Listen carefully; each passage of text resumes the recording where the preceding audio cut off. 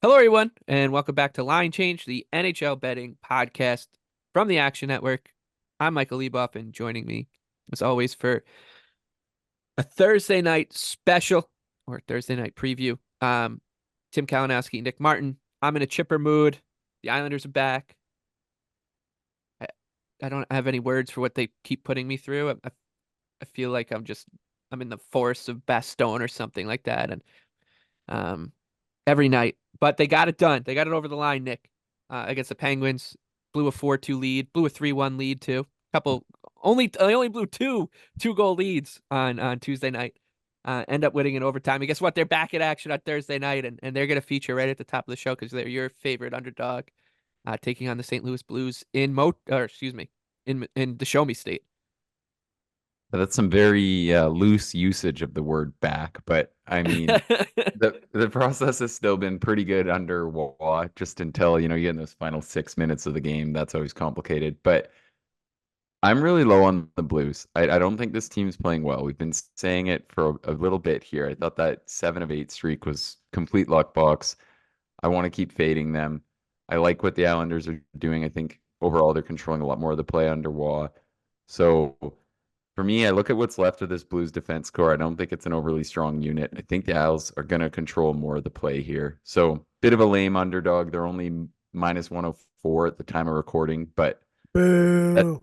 yeah, I got to do the Timmy cop out, but I like it. I can't see at all how they're not a favorite. I mean, they might be by game time, but yeah, I like the Islanders here, and I think they can definitely own much more of the play versus the Blues beat up defense core right now. Do you like this to a certain number, Nick? With Yeah, that's a good question, Tim. yeah, I would say to minus 120, which is pretty wide margin. So let's hope something hangs up here. yeah. Well, look at me. You couldn't answer my questions on last pod, but you can answer these ones. Leboff, I regret meeting you for a number of reasons, and I think the Islanders are at the top of the list. Making me, I guess, sucking me into watching Yeah, this but it's all team. connected, right? Like the more you watch the Islanders, the more you understand me as a person. Yeah, exactly. It's like some people are like, oh, not to bore you with my backstory, and then they tell you it's like, hey, just watch a couple of Islanders games and you'll understand why I am the way I am. It's a sad existence, but anyway, yeah. Nick, I'm with you here on the Islanders.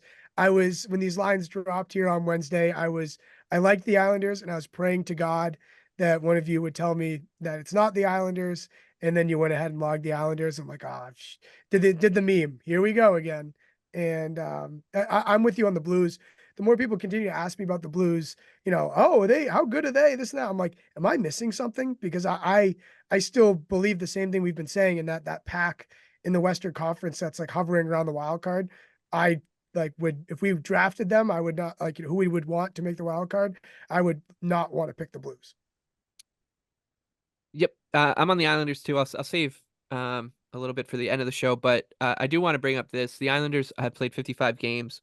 They have 18 blown third period leads. They played 21 overtime games. They've only won 6 of them. 14 overtime or shootout losses, or excuse me, 15, I believe. One shootout win. Somehow still in a playoff race, and all of this is kind of not even close to the craziest part of the season, which is that Patrick Waz is their head coach. So yeah, it makes you start to understand why I am the way I am when you read through that stuff like that. And it's relentless. It's just relentless. Capitals and Lightning will go next as that features my favorite underdog. I like Washington here. They're plus 160 in Tampa. The Bolts coming minus 192. The total here is at 6.5. Nick, I know you have thoughts on the total, but what I think about with this game is you're getting both teams. I profile both of these teams. One, the Capitals, I think, are decent as an underdog. They showed that against the Devils, a game that, yeah, they didn't really run much of the play, but because of their structure, their ability to bend not break, and the goaltending, like they're a decent bet to hang around. And the Lightning just aren't the Devils at 5-on-5. So I actually think that getting Washington here uh, at a big price against a team that really struggles to overwhelm teams at 5-on-5. The goaltending hasn't been all that convincing for Tampa. The defensive play, of course, hasn't been either. They're not very deep at all in any part of the ice. So Yeah, I think Washington, I don't want to say that it's surprising that they're sticking around because the way we've talked about them all season has been just like this. Like they're just not going to go away easily, both in a single game and I guess that has translated to the season as a whole. So a lot of credit to Spencer Carberry and your Caps for hanging around and just being a little bit of like a prickly thorn in the side of some better teams here. So I think at plus 160 you're getting a decent number on the Caps. I don't mind it. I think the Lightning are going to be a really trendy play, and I'd say I don't know if I quite see it.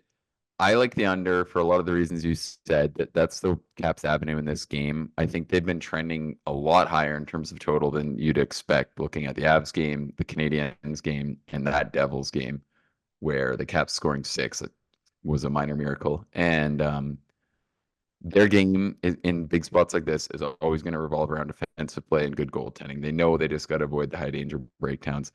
Still next to nothing in the way of offensive talent. I think even if Obi keeps scoring the way he is, I'm just not really seeing it.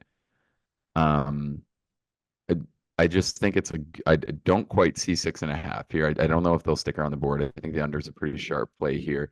So for me, that's the look. And yeah, you talk about Carberry.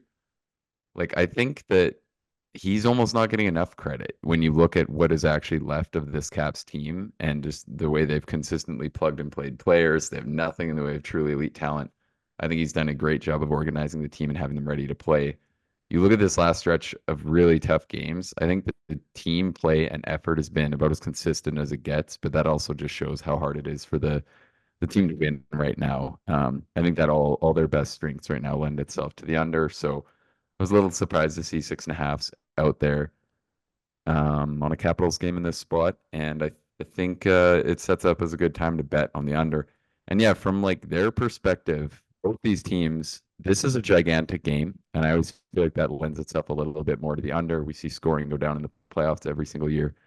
Um, so yeah, I like that. Yeah, it's insane. The Caps are 7 points back with 3 games in hand of the Lightning. So I'm not trying to talk myself into the idea that they'll actually close in on them. I don't see that happening, but in the locker room, they'll know if they win this game, you're 5 points back with 3 games in hand. So it's, there's some bulletin board material to get yourselves up for it. Yeah, I'm on this under as well. I almost didn't even look at this total when it came out because I was never thought in a million years it would be 6.5 because I mean you're talking about 5-on-5 play. These team, I think a lot of people would be shocked to talk about like a Lightning under, but they are unless it's power plays, they struggle to I guess kind of get big time scoring margin and if you're leaning in the cap, you're leaning towards caps, that means you're leaning towards under as well. So I don't quite have the stones for the caps, but I feel a lot better about the under. So I'll be joining you there as well. The Lightning are they're in trouble here. Yep. Yeah, they're playing about as low event as any team in the league at 5-on-5 over their last 10 games. They're basically splitting like the expected goals and high danger scoring chances and shots on goal. The margins are incredibly thin, but there's just not a lot happening at 5-on-5 compared to the rest of the league. Tim, you have one more underdog for us, and this one I can definitely get behind. Yeah, you listed like 3 that you were interested in our rundown here, and I was torn on a couple. I said I'll just cherry pick from Leboff here because he likes a million dogs as he always does. But I like Montreal as a dog against Pittsburgh. I think a little too much Montreal back to back is getting baked in here. This Pittsburgh team, if you just look at the standings, it's pretty wild. They have 56 points. They're behind the Caps, the Islanders, and the Devils, and that's before you even get to the second wild card spot. So I feel like this Pittsburgh team, they're 2-5 since the All-Star break. And we've just been waiting so long for them to get going. And at one point it's just, is it safe to say like they're just not going to get it going and this is who they are? And if this is who they are, then the gap between them and Montreal, who can play a kind of low variance game and just out goalie you and win a ball game like this, like then the price is too high on Pittsburgh. So that's how I land here. Pittsburgh has played too often like a bottom half team, and Montreal has played has overachieved in a lot of ways, in terms of, kind of being a surprise this season. They could be even worse than they are. So I just think the number's a little too long here. Yeah. I'm with you 100%. Plus 185, plus 190 on Montreal. Looks good. It's not just like since the All-Star break too. Pittsburgh is 4-6-4 over their last 14. The goal differential tells you that there's obviously been some breaks that have gone against them. They've had a couple of kind of wonky losses. The one against the Kings the other night, for sure. Thought they played a decent game against the Jets when they lost 2-1. Out there on the second night of a back-to-back after they lost a pretty good effort against Minnesota. But I think that is part of the problem with them as a big favorite. Like if you're not going to win those games when the it's 50-50, like you're not really the Pittsburgh Penguins that people have grown accustomed to over the past 20 years with the Crosby, Malkin, Letang era.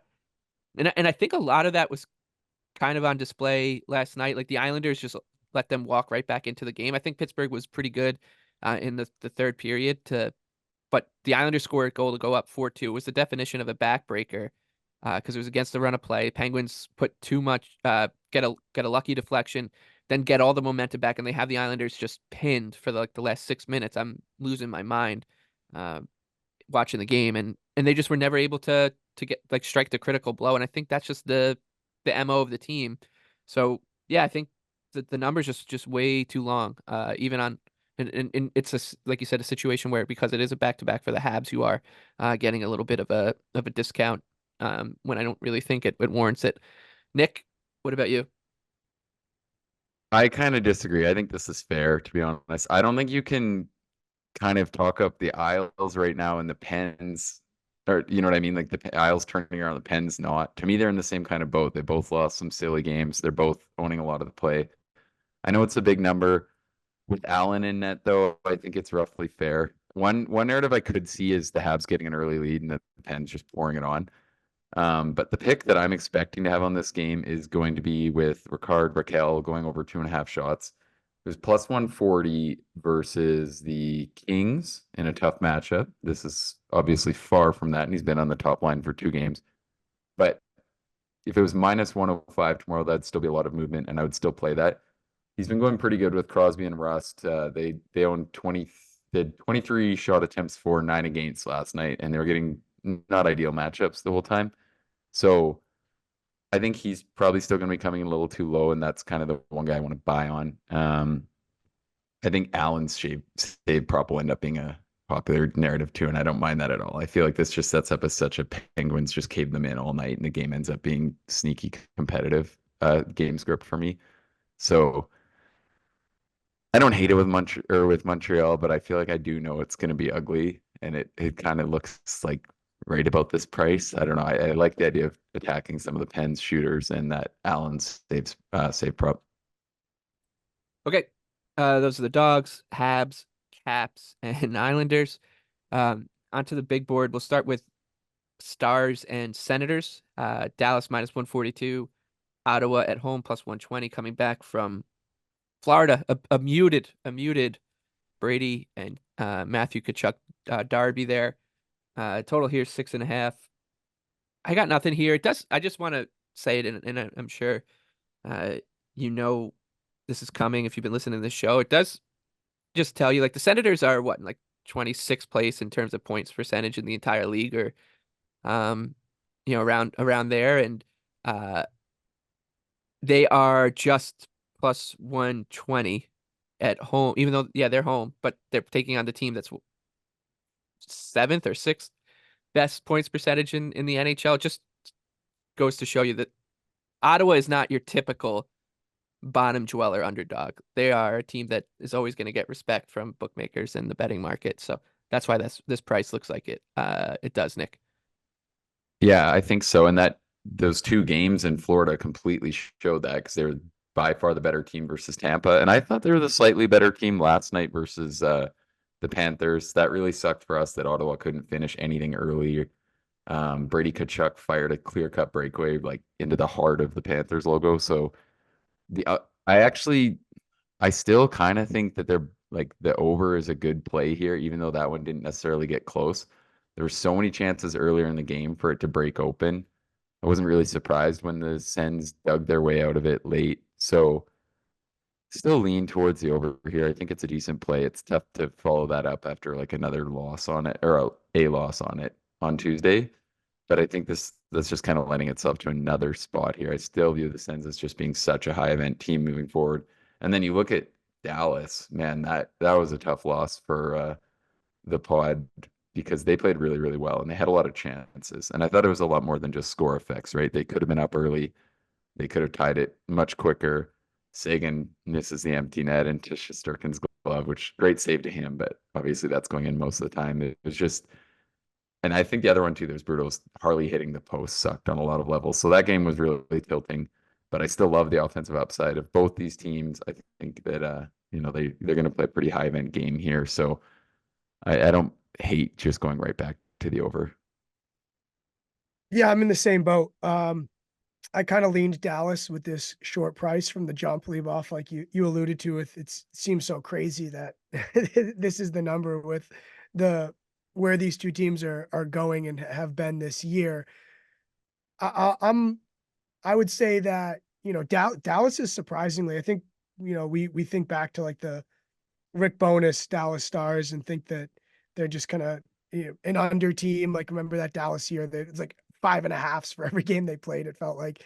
And then here, Dallas is 26, or excuse me, Dallas is 36-21 to the over. So they're an over team. And so if I'm gonna, kind of lean Dallas and I'm not really sure about what I'm getting from the Senators, I'll just go over here because I don't know if Dallas is winning 6-1 or Ottawa's winning 6-1.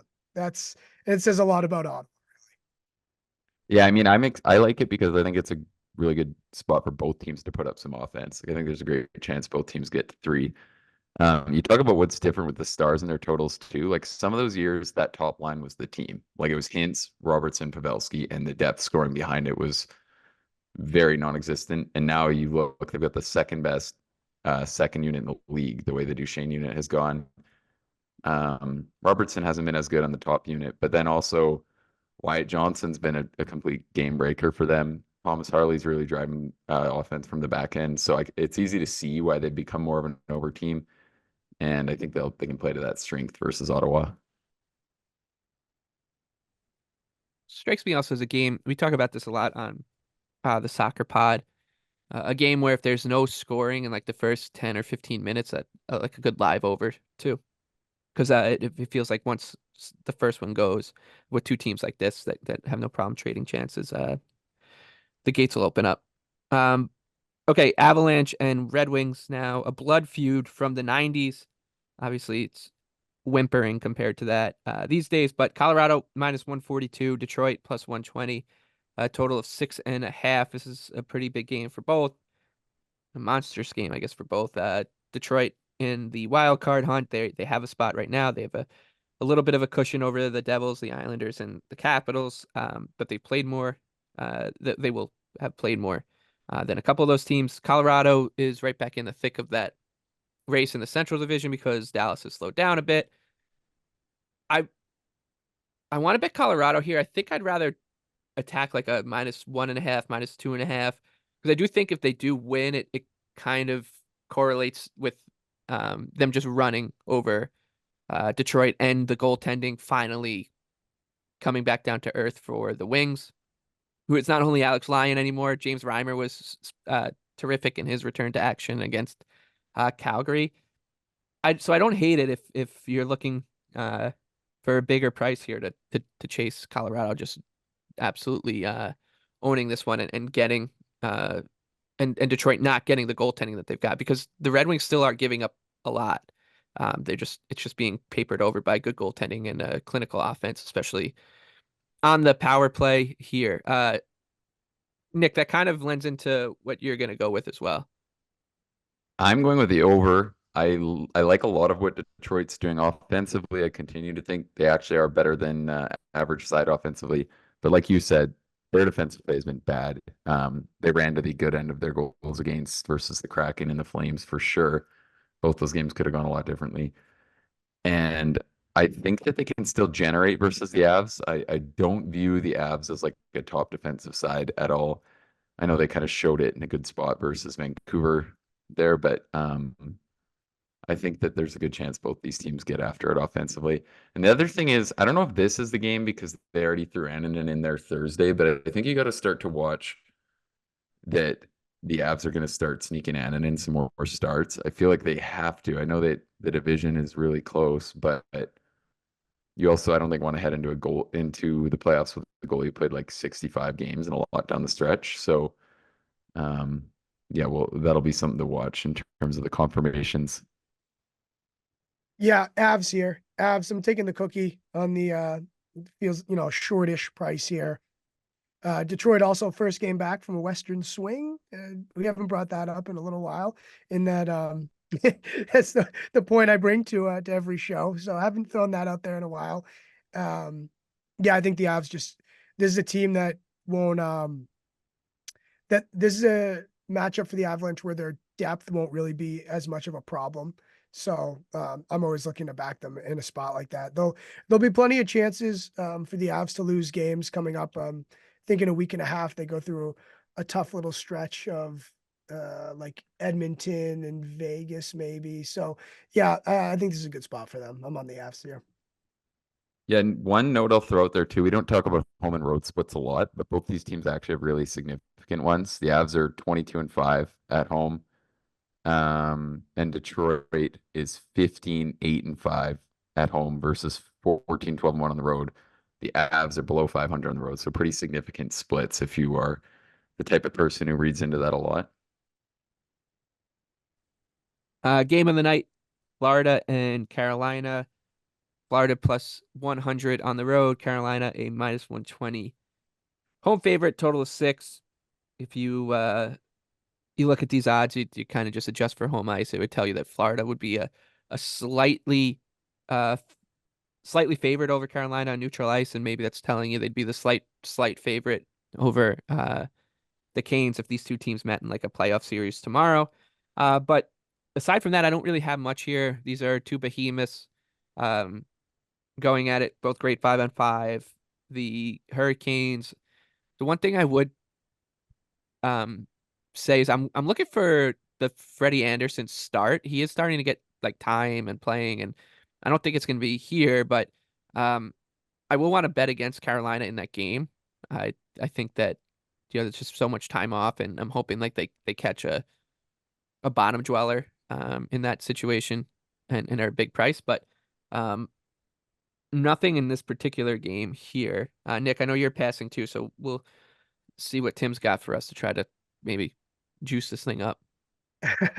Well, I lean Carolina here just because of the roulette wheel and that Florida's just on such a heater right now that they have to lose eventually. I mean, it's I haven't bet it yet. It's the dumbest reason ever, but I just think that like a loss is coming. I mean, again, if I know that doesn't really qualify you to be on a hockey podcast, but I feel like they're gonna get beat in Carolina. Like Carolina's damn good. So that's kind of, you know, I wish it was a little bit of a better price on Carolina because I do think Florida's the better team. So I was hoping to get something a little better. I actually kind of disagree with that. I think these teams are, I mean, I guess, yeah, including goaltending. And this is where I'm going to make my point that I'm going to have my eye on Bobrovsky's save prop. I think that in time, Carolina is going to prove that they're as well-rounded and as good a team outside of the goaltender, which again, huge thing here. But I think Carolina's playing as good as anyone. They're so deep with the way the guys are going right now.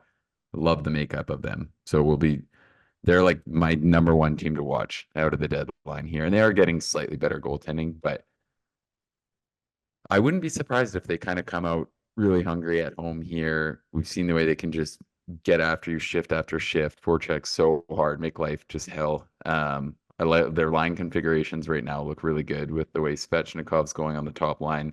Jarvis is really fitting in with Stahl and Martinuk. And that Bunting, Drury, and Nature's line's pretty good too. So I look at it. I think this is a really, really well constructed team.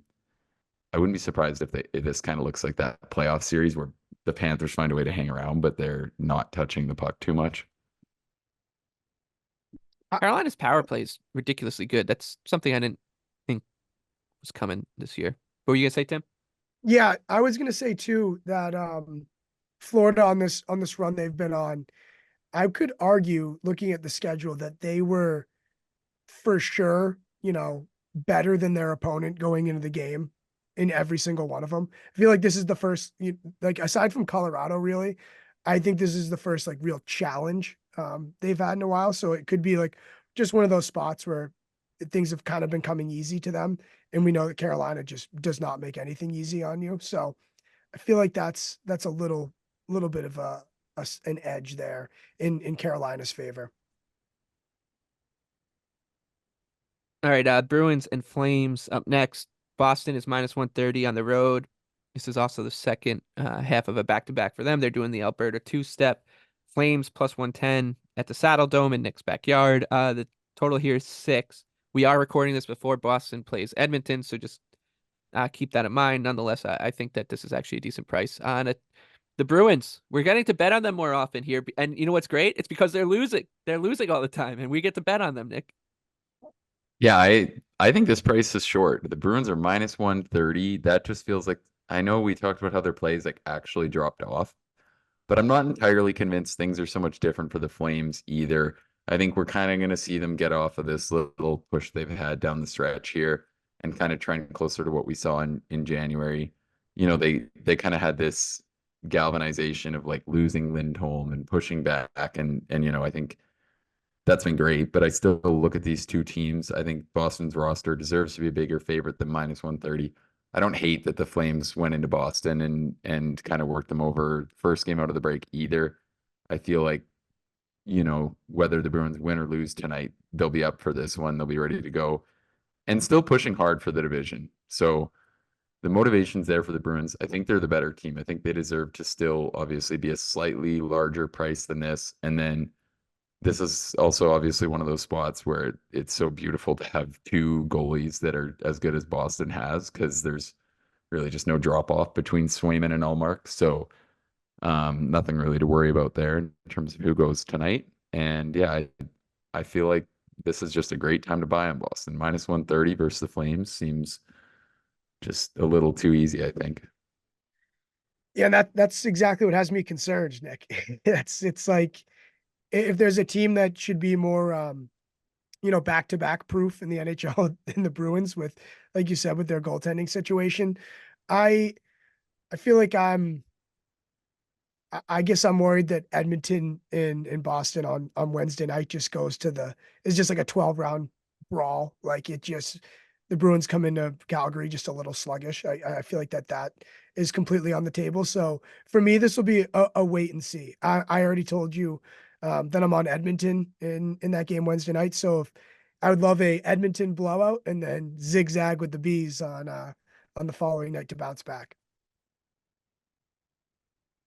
A couple late night games to wrap up, and then we'll go to best bets. We'll start with Toronto and Vegas. The Leafs are a even money underdog on the road. Knights minus 120 at the Fortress. A total here of 6. It'll be Martin Jones in goal for the Leafs, so just keep that in mind because we are recording this before they play at Mullet Arena on Wednesday night. I th I this is one of those classic ones where I feel like whatever side I bet is going to lose. Like I wanted to bet Toronto here, but I thought that the price was going to be a little bit better. I guess people are a little wise on the fact that Vegas isn't playing the lights out, and they're kind of in this Tampa Bay Lightning-esque, Los Angeles Kings-esque like malaise through the dog days. Um, whereas Toronto is going pretty well, obviously. Especially, I think if here's what I'll say. I think if Toronto loses in Arizona and we get a little bit of a bump here, then I would be on the Leafs, who are doing a pretty decent job of just keeping everything really tidy at 5-on-5 and then letting their big dogs bark. Nick, what are your thoughts? I lean towards the Leafs. I was on the Preds on Tuesday, and we talked about that one and how I thought the Preds deserved to be priced closer, which seems kind of crazy because they're only like plus 125. But that was another horrible game from the Knights. They never deserved to win that game. Really, the Preds just kind of went in there, controlled it, dominated, looked like the better team throughout, and that's been like I've been saying, kind of the consistent story for Vegas. So maybe, like bit of a bounce back spot. They're obviously a team that's capable of more than they've shown recently, but I don't want to bet into that, right? So especially at like a close price here. So I'll probably pass. Like I'm not really excited to bet on Martin Jones, but I can like definitely see the number. And we talked about it earlier in the week, but same thing. I kind of keep saying all the Vegas games recently have either been wins where Hill was brilliant and they snuck one out, or they lost and were clearly the better side. I don't really think there's been any in between. The Isles game, Mike, I think was the exact same thing. I think there's been a lot of performances like that. Their underlying numbers are really bad. So again, you can't like I think take it with the same level of significance as like some other teams because this team's played so much hockey and these games really don't mean much to them. They're pretty much penciled in 2 or 3 in the division, and they don't have some critical bodies. But I think it's really noteworthy when you're talking about handicapping a game right now that they really aren't Right. exhibiting any signs of being the same team. Yep. I think if anything, if you're someone who wants to bet the Knights in long-term futures, this is a good thing for you that they're kind of lulling here. Maybe their number drifts because I don't think it's a fair reflection on what their chances will be when the puck drops in the postseason. Yeah. Tim. Yeah, and Eichel just hit the LTIR. Yeah, So exactly. who So knows you know what's what they're about to trying to get do here, cooked right? up. Like, this is great. Good for them. Hey, you know who else hit the LTIR? Hudson Fashing. Look out. Somehow I knew you were going to comment on that today.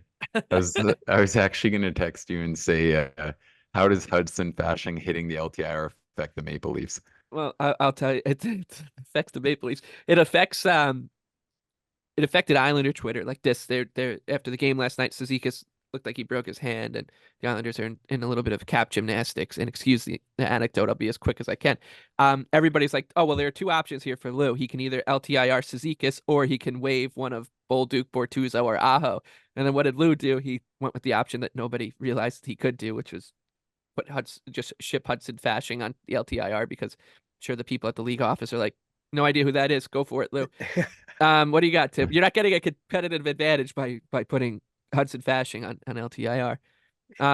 By all means. I don't even Um, remember if we went to you for this one yet, Tim. But if we haven't, share your thoughts on Leafs and Knights. no, I'm go Knights go. I'm on Vegas here, and a lot of it has to do with we talked about some of these earlier games on the slate that they're for instance, Boston, Calgary, there wasn't enough or there was too much back to back baked in. I don't think there's enough back to back baked into this one. Leafs back to back, Arizona, the Austin Matthews homecoming. Again, this is before that game. So Austin scores 50, party, all that sort of stuff. Maybe they go to Austin's house after the game. I don't know. The Vegas hasn't played since Tuesday. So, they have a day off in between here and they've been at home. Whereas the Leafs, especially without Riley, and give them credit for playing the way they have without Riley, I think it's like a kind of a running on fumes situation. It's been a galvanizing performance. And I just think it's going to Vegas is a really hard place to play, especially on a back-to-back, especially a Leafs team that asks an awful lot out of their top guys, plays them a ton of minutes. We haven't seen the Arizona game yet, but I can just tell you right now that we think it's going to be close, which means a lot of minutes for their top guys. And then you just go back-to-back with Vegas, who has a rest advantage. I think that, that's enough for me to bet Vegas here. I think the Leafs are one of those teams that, they're more susceptible to a spot like this. All right, last one before we get to our favorite bets. That's the Predators and Kings. We tried to beat the Kings with the Blue Jackets on Tuesday night. Wouldn't you know that didn't work? Which that's weird because the Blue Jackets always win. Predators plus 136, Kings minus 162, total 6. I once again want to go against the Kings. I think that you're getting a decent chance, a decent price, I should say, on a team that's dangerous, goaltending advantage, and the Kings they're running. Um, they're getting the new coach bounce, but do feel like you could still find flaws in them and flaws that make them a little bit nervy to back at this kind of price against a solid opponent. So I'll take the Preds as long as we can get our man Saros in net on Thursday. Nick? Yeah, I mean, I think we can pretty safely say Saros goes, right? Because Yeah. Lankinen got the start in Vegas, although I do think Lankinen's also been better than people think the last 2 years. But I was kind of uneven. Like I thought this price looked roughly fair. I like both these teams. I think relative. I don't. I guess I can't really say relative to market on the Kings, right? Because they're always such a big favorite. But I like where they're going. Their line configurations look really good right now. So for me, I was just kind of right on the pass, but don't hate the Preds. I can see their angle there with Saros and I just some of the ways we've seen the Kings blow games lately. But it feels kind of different right now to me. I don't know. I don't want to get too sold on too much, but I think there's some good things going on with that team right now and that they're kind of putting together the big push we've been waiting for. Yeah, we've been waiting for the big push, and now it's finally here, and I'm too scared to back them. So that's, I think we all think pretty highly of Nashville. So, I mean, relative to market. So, I'm too afraid either way. If someone had an opinion on either side, I'd say, "Yep, love it, good for you," but I'm too scared to put my money on it either way. Yeah, and I think, we made the case with the Preds pick in Vegas that, we like them relative to market and same thing in versus the Blues game, right, Tim? We posted them there, and I think it's the same thing. I think they kind of get clumped right in that wild card pack, but I actually think they deserve to be viewed as a significantly better side than the Blues and some of these other ones right there. So yeah, I just kind of my belief in the Preds keeps me off the Kings a little bit here. Yeah, that was a good effort in Vegas. All right, best bets time. I'll go first because we talked about the Islanders off the top, but they're my favorite bet here. I expect them to be the much better team at 5-on-5. Things have just been going really well for the Islanders at 5-on-5 for the first 50 minutes of basically every game under Patrick Waugh, and then it all falls apart. Uh, you'd have to expect at some point that they just are able to see out a game that they get a lead, and they're fifth in the NHL in terms of percentage of minutes played without trailing, and the other top 11 teams in the league are all safely in playoff spots. So at some point, you'd expect uh, you'd expect the Islanders to be able to hold on to a lead. One note is that Simeon Varlamov will start for the Islanders here. It's already been confirmed, but once again, just I don't think that I know Nick said the Islanders should end up finishing as a closing as a favorite, but I don't think the number's going to move all that much here as people see the goaltending matchup. All right, so Islanders for me is my favorite bet. Nick, we'll move to you. A game we haven't touched on yet. The Rangers and Devils, essentially a pick 'em. The Rangers are a slight underdog on the road, -105. Devils -115. Total 6.5. What is the play you're making? I think over 29 and a half shit saves for Shesterkin is sets up as such a good play here. We look at what the Rangers have done and talked about how they're finding ways to win games with their excellent play on the man advantage and getting better goaltending from Shesterkin again. I think those are both going to play right into what will hopefully be a good game script for Shesterkin. And if you look at the Devils' recent shot totals, they're averaging like 37 for several weeks here. And I think that that is sustainable now that they've ever been back in the game. They look more like that team, but it's still they're like on any night we can see any game script blow up for them. That Caps game was the perfect example. I don't know if we'll see something like that on average, but it feels like the Rangers can find a way to make this a game, but that I have no faith that the Rangers will actually own more of the play at even strength. So I think that's just going to keep setting us up with good spots for the Devils to get a lot of shots here and really take it to them, but maybe not lead on the scoreboard. And I got to obviously give the Rangers their credit too. They're really good at creating passing plays that lead to goals. I was looking at their forwards are near the top of the league in terms of seam passes created um, or completed this season, which I think always explains teams outscoring their expectations. But for me, I think the way the Devils are playing, the way they'll probably respond to that loss, I think they're going to average way past 33 shots here. I think they're getting to like 37 on average. And especially because I feel like if Shesterkin stabilizes and continues to play decent, that can help keep us out of a nightmare game script. So I think this is just, it's probably going to open too low, but it's always a little annoying giving these out when we have to speculate. But I would do over 29 and a half to -120. Yeah, and a bet you like to target in these situations is you can go to some sports books and find the alternate save total. And backing Shesterkin to go like 40 plus, 42 plus at big numbers, I think is worth it. Especially, I think actually the Devils' weaknesses in goal help a lot in that situation because if they're up, 13-3 in shots, but down 2-0 on the scoreboard, they're just gonna step even further on the pedal here. I like the Devils here. I'm just gonna keep going against the Rangers and keep losing money because it's as good as they are and as clinical as they are, when they do create opportunities, and as good as those opportunities are that they create, they're just not. They don't have the puck enough. They don't push play enough at 5-on-5 to make me want to bet them as a favorite, or close to a pick 'em against a team that is just gonna, in all likelihood, dominate at 5-on-5. So whatever. I'll just do it again, Tim. Yeah. Yeah, So, I and mean, I was just you gonna go. throw one quick note before we move off the prop that I did note ahead of. I really like Lindgren saves yesterday.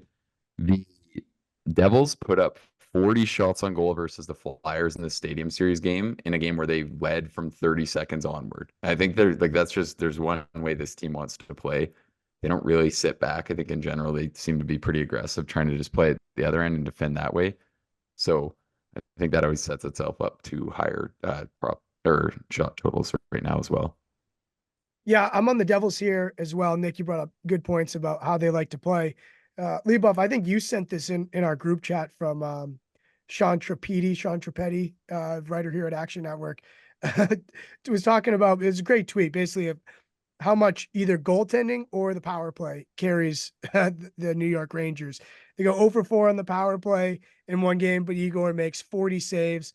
Then on Sunday, they do score on the power play, and Igor had a 878 save percentage. So it's just like that is the avenue for them. And it's not, I mean, it's been sustainable this regular season, but it's just not something that I feel like is totally bettable. Like you're Right. just like, I hope they get some power plays, or like I hope it's the good version of Shesterkin. So that's why it's a good note there by Sean, and that is, made me extremely skeptical of this Rangers team, even though it's beyond frustrating to continue to bet against them and lose. But I'll give it a shot here at the Devils, who I can trust to at least give them all they can handle in terms of time on attack, especially 5-on-5.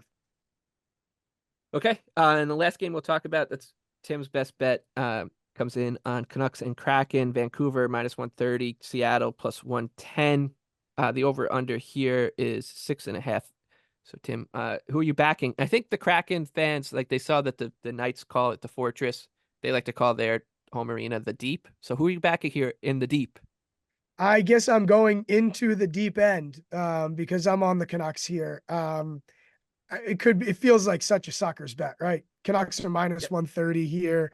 That we know that they're better. They've been better all year, but I think it's finally time to back them in a short price. I feel like I'm getting a bit of a cookie here. They've lost 3 in a row. The Canucks have, one of them being 10-7, that just outrageous game against the Minnesota Wild. Then they lose to the Colorado Avalanche 3-1. I just think it's time for them to turn it around. I think you talk about a coach like Rick Tocchet and getting the team's attention. This is perfect for him. You'd love to be a coach in this situation. You guys kidding me? You let up 10 goals. Then, you guys think you're, top class of the league. You lose to a team like Colorado. I think we should get a good effort here from Vancouver, and they just can win so many more ways than Seattle can. And to me, way more ways than warrants a -130 price. So again, feel like I'm a complete sucker, but that's what I'm going to take here. I definitely don't disagree. The one case I will make, and the Kraken have always underperformed their underlying results, and the Canucks have way more scoring upside, better goaltending, which is where I can see them getting there. I'll just say I can see where odds makers come from on this number that might look like a complete kind of like, why is this not -150? Because the Kraken have had a pretty damn good process. I was in the same boat as you, Tim, in picking Detroit to beat them on Memorial Day or President's Day. The second that one got going, I was like, oh, I'm on the sucker side here. I'm on the sucker side. And then Detroit found a way to win it. But it was another one of those ones where I was like, yeah, the Kraken looked pretty damn good today. And it was kind of the same thing versus Islanders and the same thing versus Boston. So I can see where like their process warrants this price, but I still kind of have to agree with you just with the Canucks like offensive upside and their advantage in goal that it still seems a little short. Yeah. Yeah. Sorry, just to add though, when you say that about Detroit and you're like, oh, you turn it on, you're like, oh no, like I'm a sucker. But Detroit, just the Canucks have more avenues, right? Like I don't think that Seattle can like pull one off down 3-2 or 4-2. Like the Canucks have more ways to do it, especially with the scoring upside. And that's why Seattle underperforms their numbers. They don't have enough firepower. Yeah. Yeah, I'm with you. I like the Canucks here. The goaltending edge, I think, is something to be leaned into. The other thing here to keep in mind with why the price looks kind of muted is a tricky schedule spot for Vancouver. This will be 3 and 4, including the back-to-back where they um were one of four. That was the fourth time that somebody's played in Colorado on the second half of a back-to-back. Colorado's 4-0 in those games, and I think 3 of the 4 were pretty lopsided. So losing 3-1 in that situation is more of a kind of thing to be proud of for Vancouver. So nothing I don't think to be worried about here, and a first true like buy low spot for the Canucks. Um, and as we said, that Elias Lindholm trade maybe made put a little bit too much air in the Canucks tires here, and now we get to go the other way. Okay, so that does it for this episode of Line Change. Our favorite bets: Tim liked the Canucks at -130. Nick likes over 29.5 on Igor Shesterkin's save prop against the Devils. Unfortunately, I'm gonna bet the Islanders. Underdogs. Unfortunately, Nick also likes the Islanders. I'm gonna use my underdog pick on the Washington Capitals +160 against Tampa Bay, and Tim likes Montreal, the Canadiens +185 against the Pittsburgh Penguins. That wraps up another week of Line Change. Thank you all for listening. Please rate, review, subscribe. Thank you to our producer Noah, and we will see you again next week.